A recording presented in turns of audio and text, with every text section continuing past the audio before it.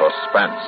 And the producer of radio's outstanding theater of thrills, the master of mystery and adventure, William N. Robeson. One of the axioms of drama might be summed up in the words, "Don't cheat the audience." Yet one of the most famous short stories of the century, The Lady of the Tiger, does just that. No, we are not about to bring you that famous masterpiece, but the story we are going to tell, in addition to being well calculated to keep you in suspense, is also guaranteed to start a lot of arguments, none of which we hope will become too serious. Frankly, we don't know whether Sophronia Winters or Hiram Johnson is telling the truth, and whether one or both of them are crazy. But there's one point on which we can all agree. Sophronia's diary makes mighty thrilling reading. Listen then, as Miss Mercedes McCambridge stars in The Diary of Sophronia Winters, which begins in just a moment. Another visit with Joe and Daphne Forsythe. Hey, honey, I'm home. Daphne. Drop dead. Uh-oh, what's the matter, honey? Don't you speak to me, you Don Juan. Don Juan? Daphne, I'm no Don Juan. No habla español. Very funny. Ha, ha, ha. Well, it was no prize winner, but... Neither are you Lothario. I've often wondered, what's a Lothario? I don't know, but that's what the wives on TV always call their husbands. I guess it applies. Do you want me to go out and come in again? As far as I'm concerned, you can go for a long walk, preferably on a short pier. Well. Oh, come on, Daphne. What's wrong? Your good friend Harry called, and he spilled the beans. Which beans? He said, quote, "Tell Joe he was right about those blondes. They're great," unquote. Blondes? That's what he said. Well? He didn't say blondes. He said bonds. Savings bonds. What? Sure. I buy them on the payroll savings plan. And I told Harry he ought to do it, too. Savings bonds have a guaranteed interest that pays back $4 for every 3, which is a pretty good investment. That's a pretty good story, too. It's true, so help me. That's why Harry's so happy. Savings bonds are great. Well, maybe you're right. You wouldn't really fool around with blondes, would you?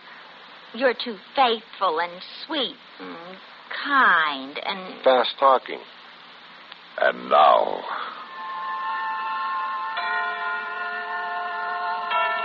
The Diary of Sophronia Winters, starring Mercedes McCambridge. A tale well calculated to keep you in suspense. February 1st, St. Petersburg, Florida.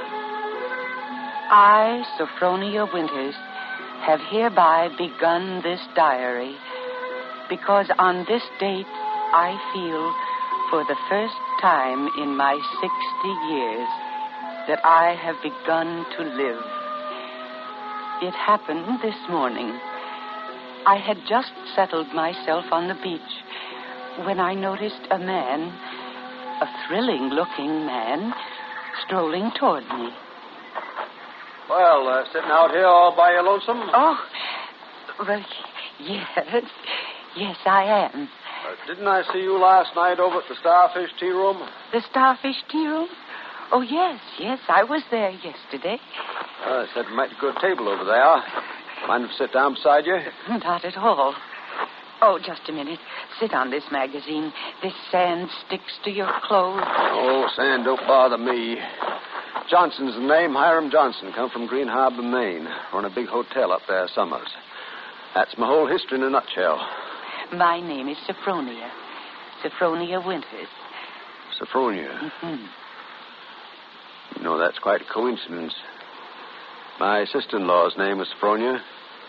Sophronia Johnson. You ever heard of her? She looked quite a bit like you. Sophronia Johnson? No, I'm afraid I haven't. Who was she? Someone very famous? I'm so ignorant about these things. No, Sophronia wasn't very famous up in the state of Maine for a while, some time back. Well, look where that sun climbed to. I'd say it was close to lunchtime, and I'm going on a hunger strike unless you have lunch with me. Oh. Yeah?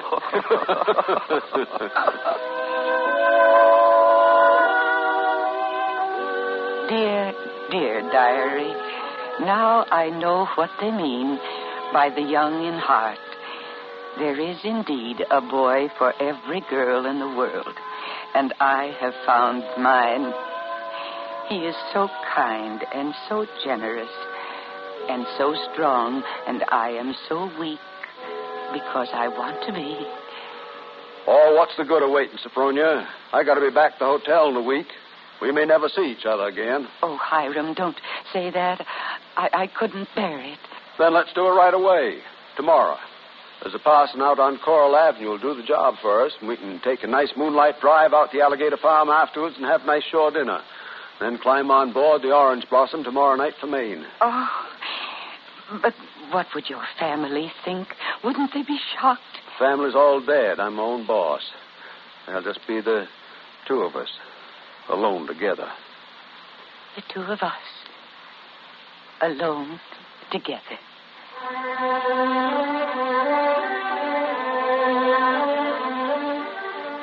The two of us alone together. But, dear diary, not exactly as I had imagined it. Our wedding trip north on the Orange Blossom Express was all that I could have dreamed of. But now we are at the end of the journey. Looming in front of us in the deepening winter twilight is a huge resort hotel, Hiram's Hotel, its wide veranda empty, its ancient cupolas menacing against the gray sky, and not a single light burning at any of its hundreds of windows. What are you locking the gate for, Hiram? Why not? Nobody coming in after us or going out again for a while. But I thought you said the hotel. The hotel is empty. Hiram. Well, what is it now? Hiram, darling, I know it sounds silly, but let's not go in there tonight.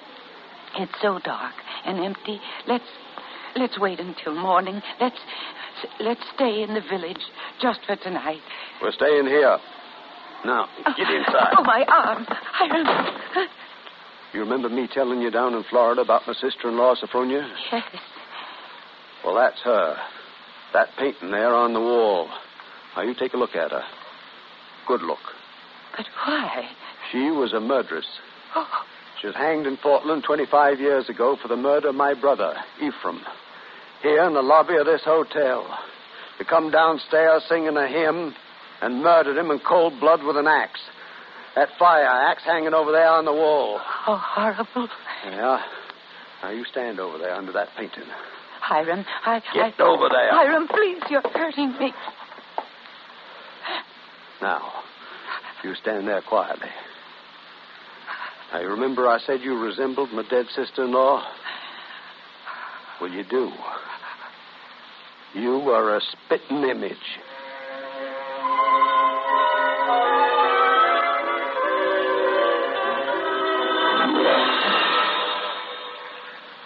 In a moment, we continue with the second act of Suspense. In what form can an act of military heroism be acknowledged? In one example, the form is a rectangular blue ribbon set in a gold-colored metal frame of laurel leaves, worn centered over the right breast pocket of the uniform.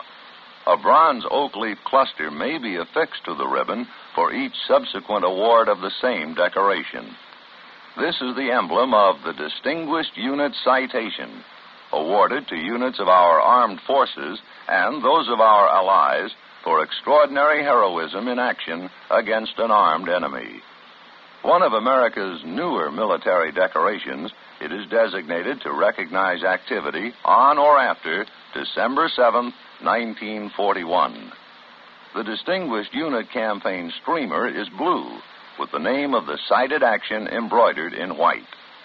To be eligible for this citation, the degree of heroism required is the same as that which, in an individual, would warrant the presentation of our second highest award for valor, the Distinguished Service Cross. the distinguished unit emblem may be worn permanently by all those involved in the cited action. But for those individuals joining the unit later, the emblem may be worn only for the duration of their assignment. Both as individuals and as members of military units, America's servicemen have proved themselves worthy of medals and worthy of admiration by their countrymen. And now, starring Mercedes McCambridge, Act 2 of The Diary of Sophronia Winters. I cannot understand it, and my heart is heavy. The hotel is deserted, unchanged, and apparently uninhabited for 25 years. Wash bowls and pitchers still stand in the empty rooms covered with cobwebs. The great dining room with its oak woodwork is alive with rats, and a row of broken rocking chairs on the front porch faces emptily out to sea. Does he mean this to be my home? And now, my dear, let me show you the grounds. Oh, but it's dark. I want to show you where my sister-in-law, Sophronia, is buried. Can't I see it tomorrow in the daylight? You'll see it now, Sophronia. Hiram, you're hurting me. I'm sorry, my dear, but you must learn to do what I say. And then we shall have no trouble.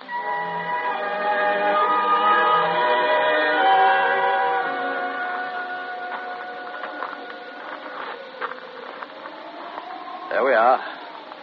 Just yonder on that mound. That's where my sister-in-law, Sophronia, was laid away 25 years ago. Buried her ourselves, without a service. Out here by herself on the grounds. Ephraim's buried in town, but not Sophronia. I had a feeling I'd have to keep an eye on her. Keep an eye on her? Yeah. I knew she was one of those restless sleepers who wouldn't stay quiet in her grave. You mean you think she haunts this place? Nope, not this place. She never had any use for it, alive or dead. No, she makes for the warmer climates. She was always a cold-blooded little woman, freezing and shivering all the time. Places like California and Texas and Florida she makes for. Florida? Yeah.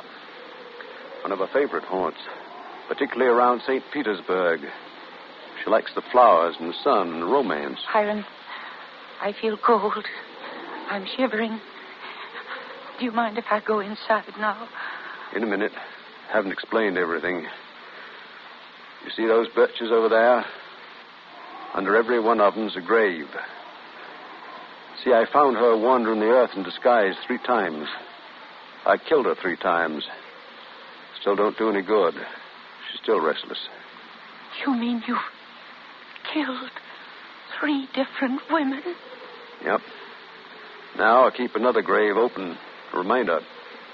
Waiting now. Would you like to see it, Sophronia? Oh, no, Hiram, no, please. I... You afraid to see it, Sophronia? No, Oh, Hiram, you don't think just because my name happens to be Sophronia and that I look a little like... Think what, Sophronia? Nothing. Well, we mustn't have you catching a cold, my dear. Well, you come back along in the hotel. I'll show you to your room. My room? Yes, Sophronia. Your room.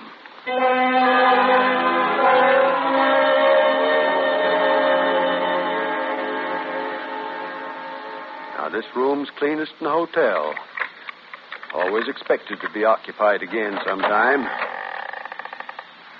There you see. Kept everything just as it was. Oh, Huh? What's the matter? nothing. It's just that... Seem kind of familiar? No. Just as she left it that afternoon, she walked downstairs to murder my brother. See her embroidery on the table, needle sticking in it. Her hymn book still open. She's very fond of singing hymns, Sophronia was. Had a nice voice, too. I used to accompany her on the harmonium down the parlor. Oh. Well, I'll turn down the bed for you. And you can get undressed while I go make you some hot tea. No, I don't want any. Now, there's the closet. You can put on one of Sophronia's dressing gowns, make yourself at home. Hiram, why are you locking my door? It's safer, my dear. Safer? Yeah. Always lock doors, outside and inside. Windows, too. Much safer for everybody.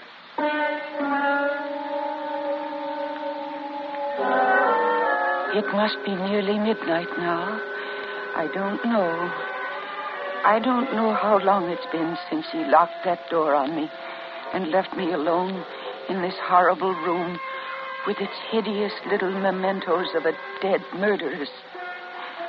I have lit the pink-flowered oil lamp, and I am sitting here at her little wicker table, trying to maintain my sanity as I write this.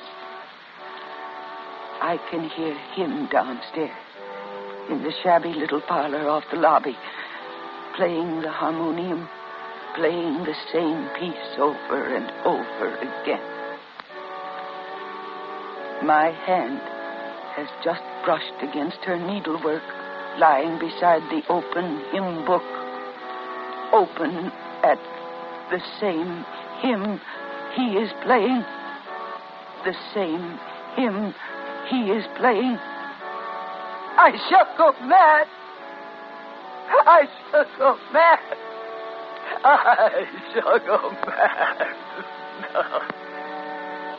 In a moment, we continue with the third act of Suspense.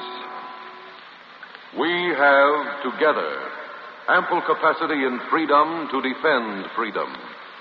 This is NATO, the North Atlantic Treaty Organization. Day after day, month after month, since April 4th, 1949, the activities of the North Atlantic Treaty Organization have moved steadily forward on many fronts. This complete cooperation must and will continue because the concept of national self-sufficiency is out of date. Countries of the free world are interdependent, and only in genuine partnership and by combining their resources, sharing tasks in many fields, can progress and safety be found. The United States of America is a part of NATO. You should be aware of and alert to the objectives and programs of the North Atlantic Treaty Organization. And now, starring Mercedes McCambridge, Act 3 of The Diary of Sophronia Winters. February 12th. Can it be only a week since I became the bride of a madman? Now I live only from moment to moment, listening to each creak on the stairs, each note as it slowly wheezes from the old harmonium, wondering when he will come for me, when he will drag me out to join those other Sophronias in their frosty graves beneath the naked birches. Sophronia! It's come. Sophronia? Come downstairs. I want you to sing with me. Sing. She sang with him, he said. How can I come downstairs when my door is locked? It's unlocked. You try it. Unlocked? Oh, no, how could it? Oh, it is. And I never knew it. I never knew it. Come in, Sophronia. He unlocked it sometime while I was just sitting there. Oh, why didn't I try a few more times? Why did I just sit there assuming? No, he'd have caught me anyway. He'd have known. But I might have got away. And now it's too late. He's going to kill me. Sophronia! Yes, Hiram. I'm coming. Hiram, where are you? Down here, in the parlor. At the harmonium? Yeah. Waiting to sing with you. All right. I'll sing. I haven't sung in years, but I'll try. I'll sing with you. I'll stay out here in the hall. My voice will carry better. Always did carry better in the hall, didn't it, Sophronia? Of course, you know, Both the front and back doors are locked. Yes, I know, Hiram. Abide with me, fast falls eventide.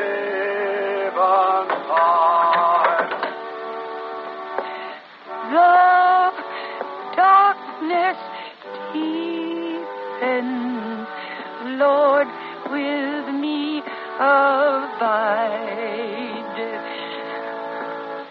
When other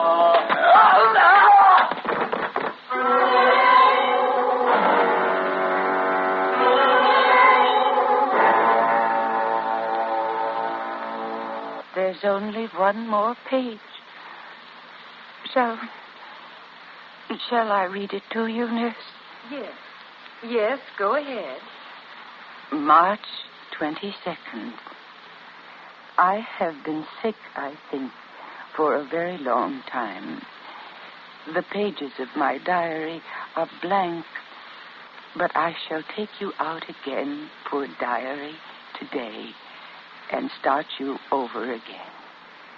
I shall never look back at the other pages. I shall only write on and on about this beautiful place, so that no one reading this diary will ever know that I did it.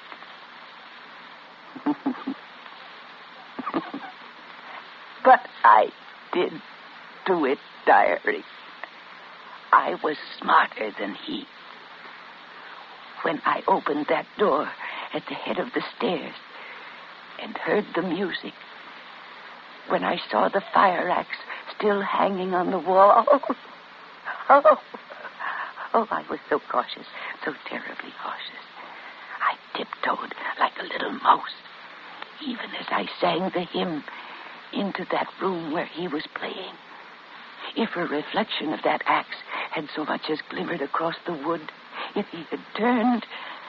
But I was clever, so much cleverer than he. I kept on singing, and now I'm free, free as a bird. I'm free, and he shall never catch me now, not this time, or ever again, because he's dead. Isn't he, nurse? Nurse? Isn't my dear brother-in-law, Hiram, really dead? Yes, Miss Sophronia, he's dead. And now we'll put the diary away, shall we? Remember what the doctor said. We mustn't overdo if we're to get well. Oh, but I don't want to get well, ever. I like being sick. I feel so safe.